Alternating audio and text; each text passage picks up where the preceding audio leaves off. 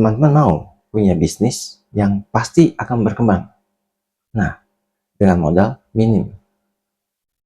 Nah, kalau mau, kalian jangan skip. Karena di sini saya akan memberikan informasi kepada teman-teman semua bagaimana membangun sebuah bisnis dengan modal minim. Kalian tertarik? Ikuti terus video ini sampai habis.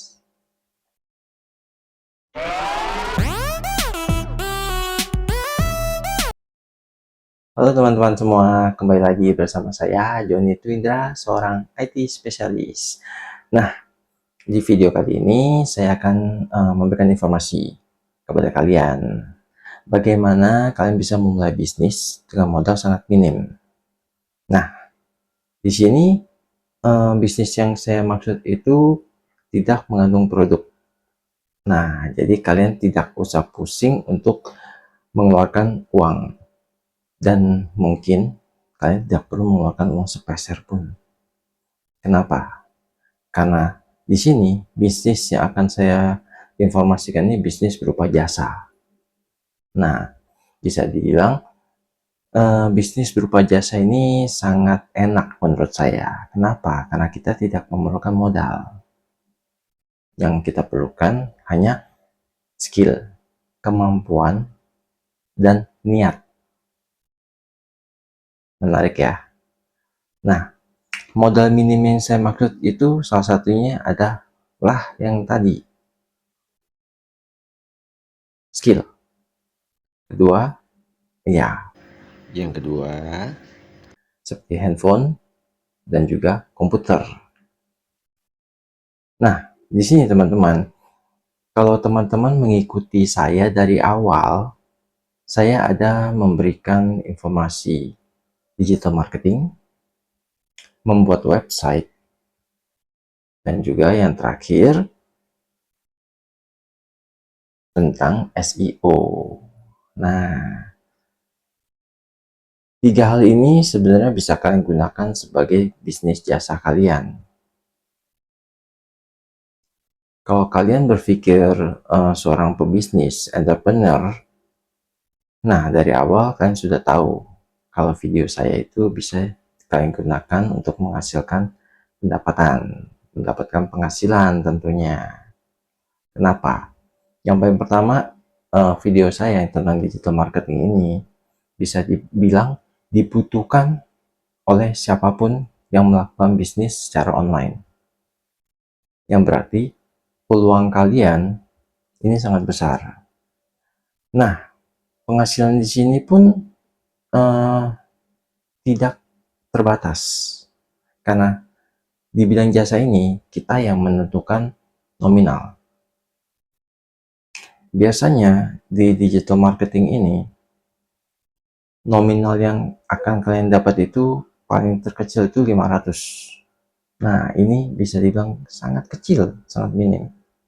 Dan itu pun saya rasa tugasnya hanya untuk menaikkan produk, memperkenalkan produk. Kalau ingin yang lebih tinggi lagi, sudah pasti nominalnya lebih besar lagi.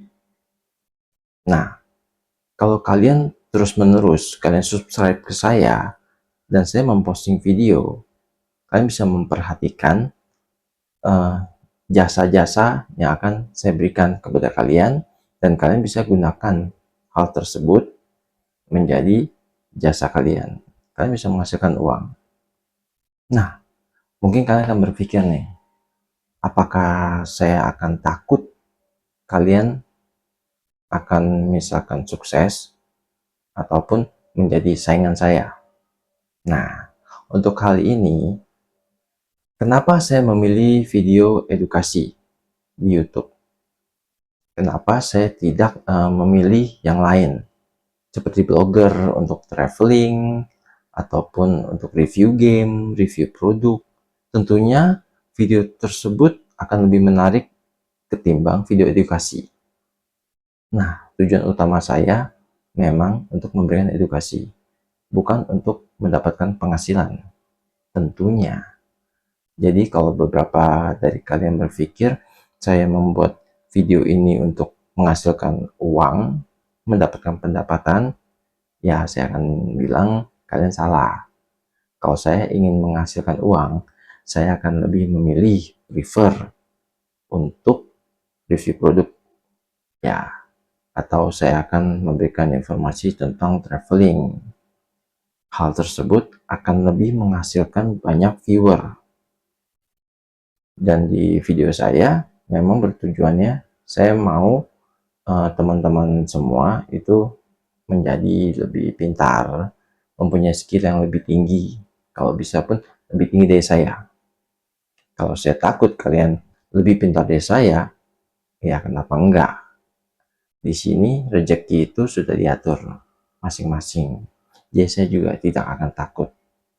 Kalian pintar, ada kemungkinan saya bisa atau membutuhkan jasa kalian semua. Nah, di sini saya tidak pernah beranggapan kompetitor. Di dalam bisnis ya, ada baiknya kita menghilangkan pesaing kita itu sebagai kompetitor, biarpun jasanya itu sama. Kenapa? Yang pertama sudah pasti rezekinya itu sudah diatur masing-masing orang. Semakin kita rajin, semakin kita niat, sudah pasti akan ada rezeki. Nah, yang kedua, kita tidak akan tahu kapan kita membutuhkan orang lain. Seperti contoh saya, mungkin dalam hal ini saya overload, misalkan penuh dengan kerjaan. Tetapi karena saya melihat subscriber saya, salah satunya ada yang sukses mungkin ya. Mungkin juga kalian salah satunya.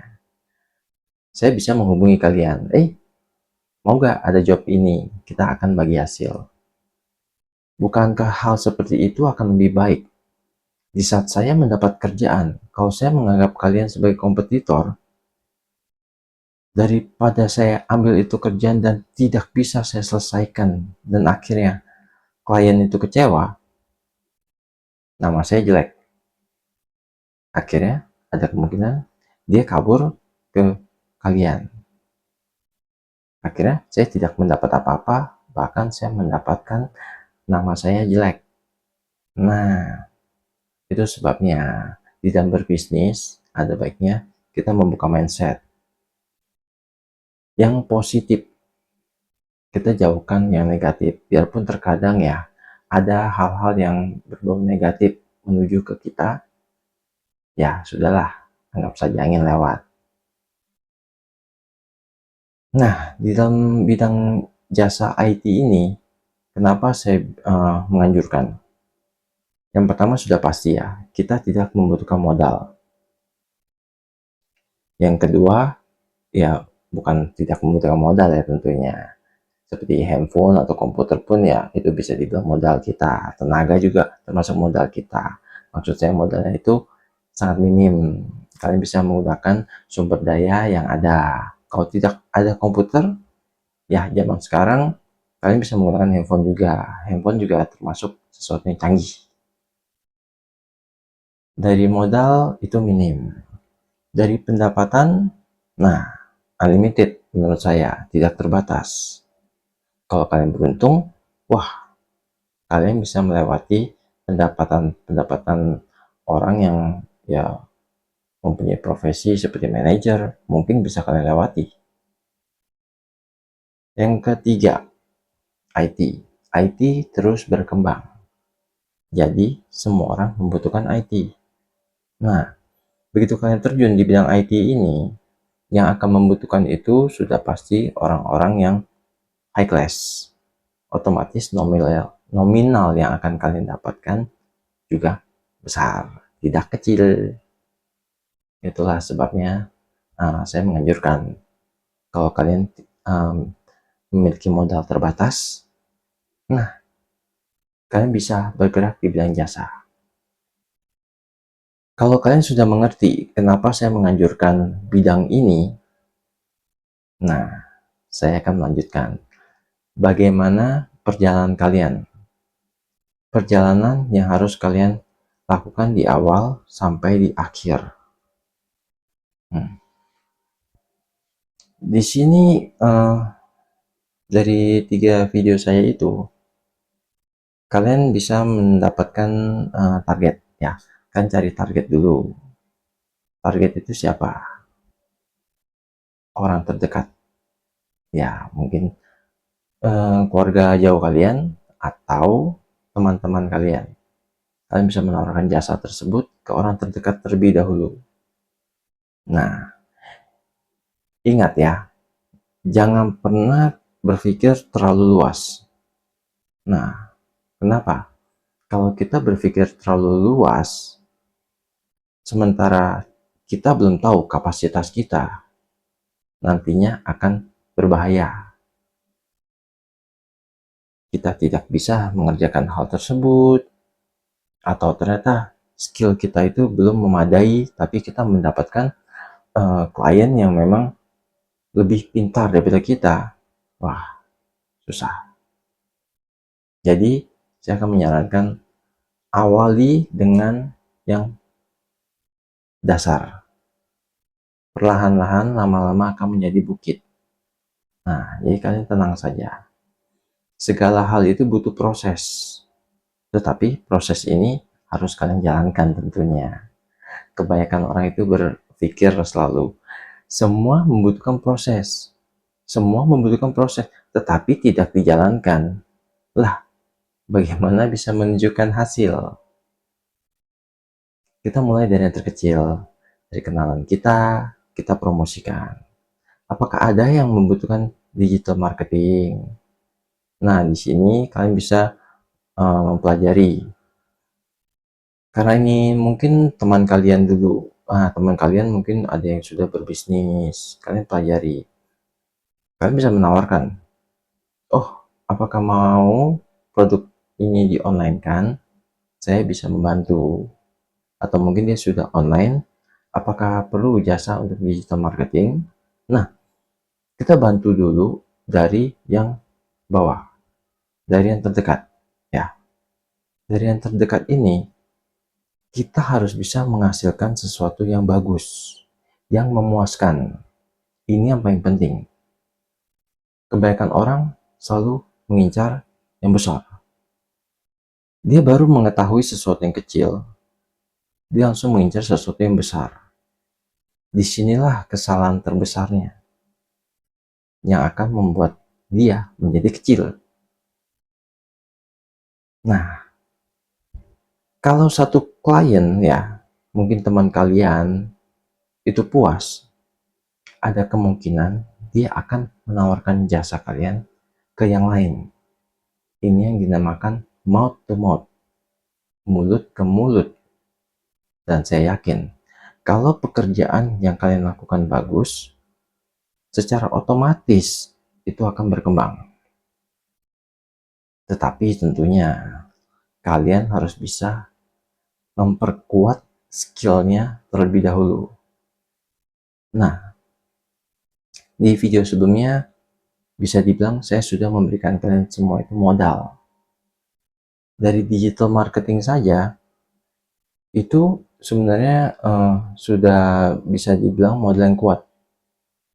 Zaman sekarang, digital marketing itu dibutuhkan di mana-mana. Dan dengan nominal yang tinggi. Kalau kalian menonton video saya dan kalian mengerti alurnya, saya jamin orang akan menganggap kalian itu, wah, pengetahuan kalian sangat-sangat memadai. Apalagi kalau kalian melihat video saya yang lain. Tetapi di awal, ya saya cuma bisa menyarankan digital marketing lah terlebih dahulu. Kenapa? Karena produk ini bisa dibilang paling gampang dijual.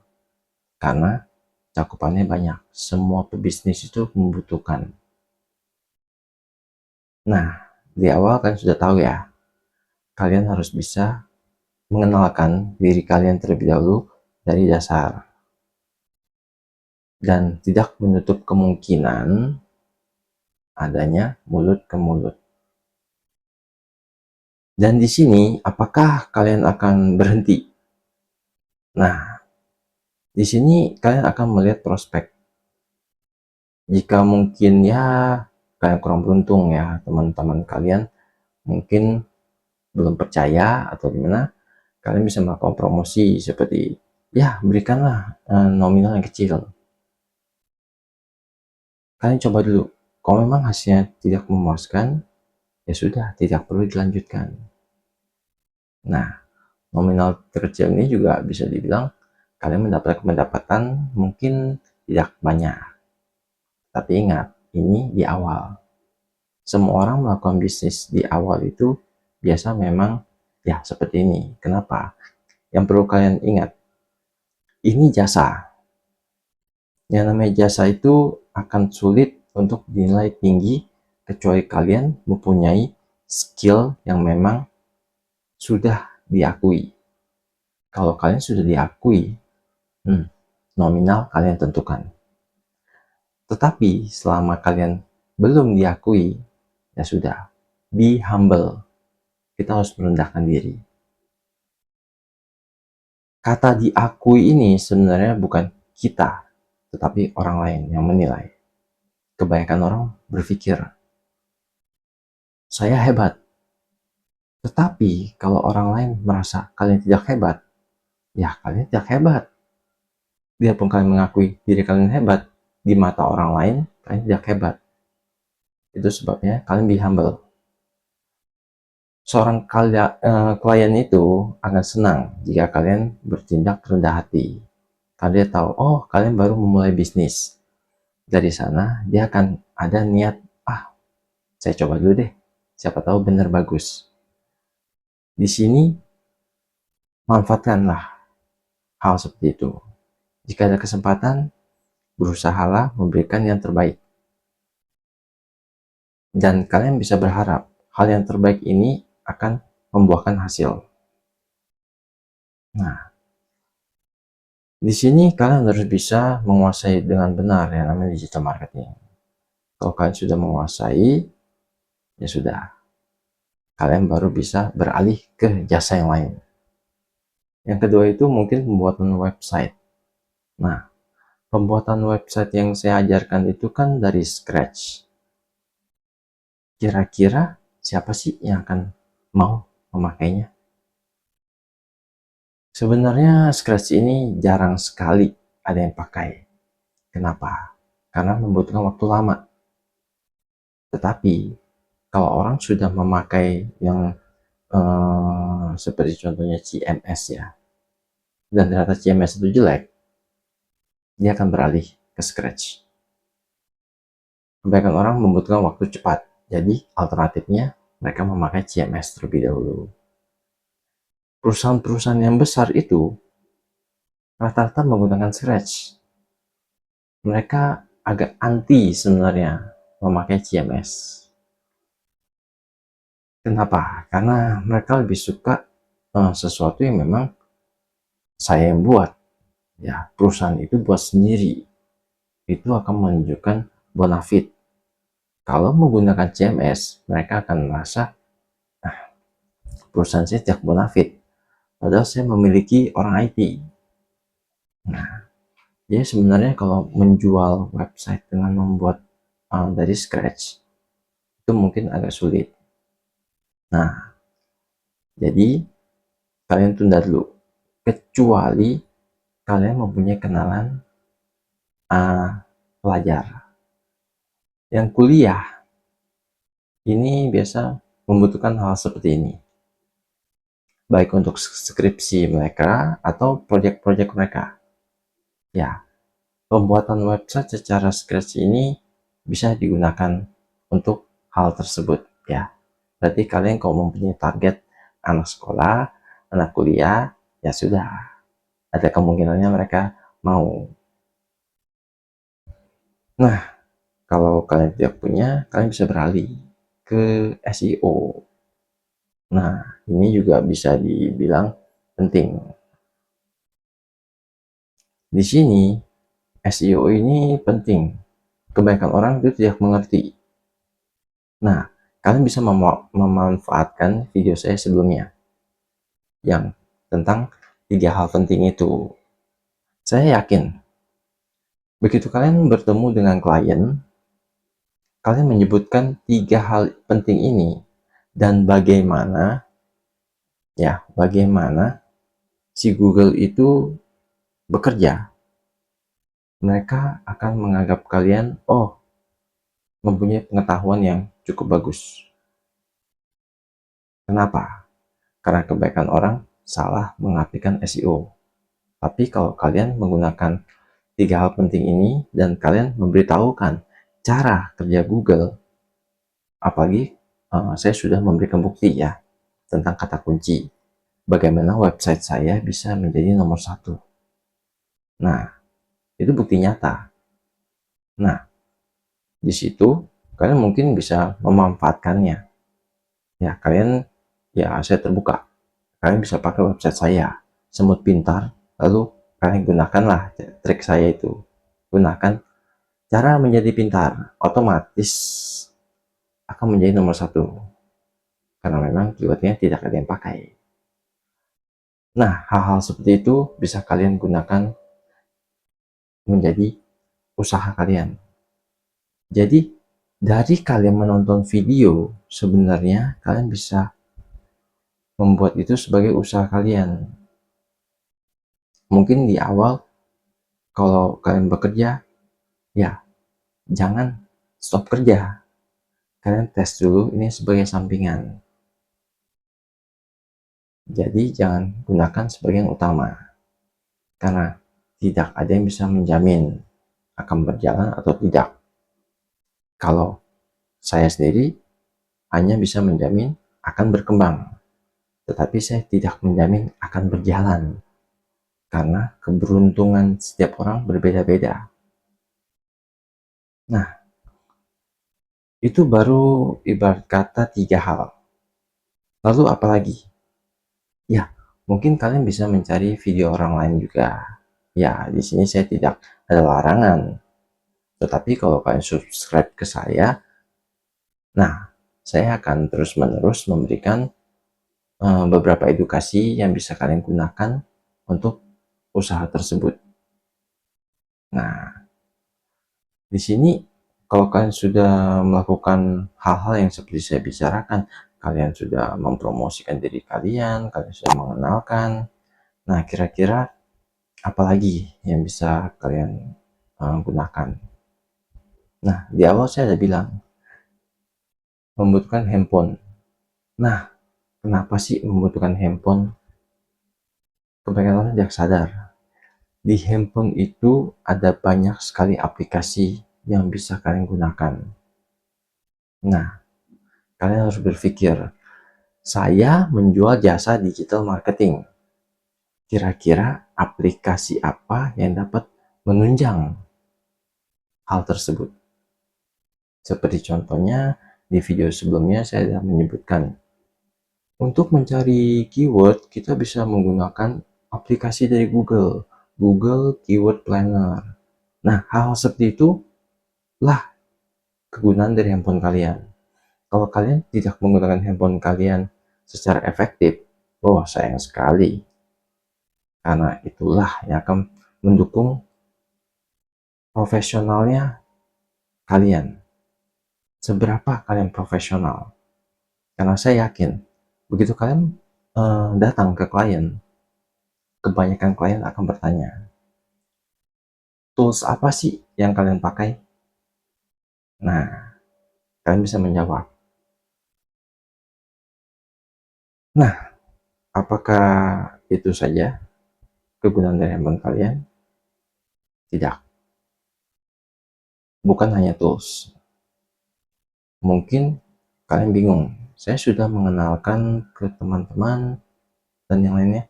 Nah, gunakanlah handphone kalian untuk sosial media. Kenapa saya bilang di awal cari teman-teman dulu? Sebenarnya itu untuk pengalaman kalian.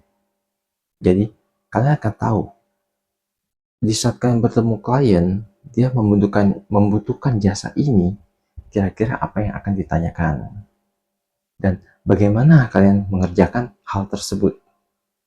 Nah, kalau kalian sudah punya pengalaman, kalian baru boleh terjun ke sosial media. Kenapa? Begitu kita terjun online, mempromosikan diri kita ya, ada terjadi banyak hal. Hal yang terburuk itu adalah banyak orang yang menjelek-jelekan kita. Ah, ini orang mah tidak bisa apa-apa, atau dan yang lainnya. Jadi, mental kita akan down. Ya, mental kita down. Kebanyakan orang langsung beralih ke sosial media dan tidak mendapatkan hasil. Bahkan yang paling parah, mereka mendapatkan hujatan. Ah, kamu baru belajar sudah berani mempromosikan diri, dan juga hal lainnya. Itu sebabnya saya sarankan cari teman terlebih dahulu. Dari teman, kalian akan mendapatkan portofolio. Nah, itulah yang terpenting. Begitu terjun ke online, kalian bisa memamerkan, wah saya sudah berhasil melakukan digital marketing di sini.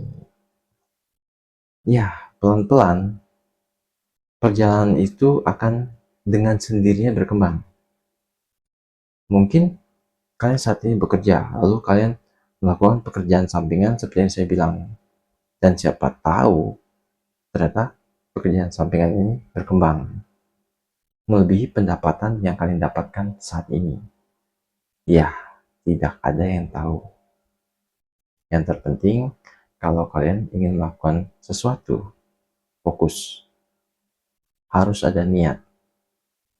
Kalau kalian menjalankan hanya seperti 1-2 hari, 1 minggu, terus kalian nggak ada apa-apa, tidak berkembang, kalian menyerah, ya itu kalian tidak punya niat.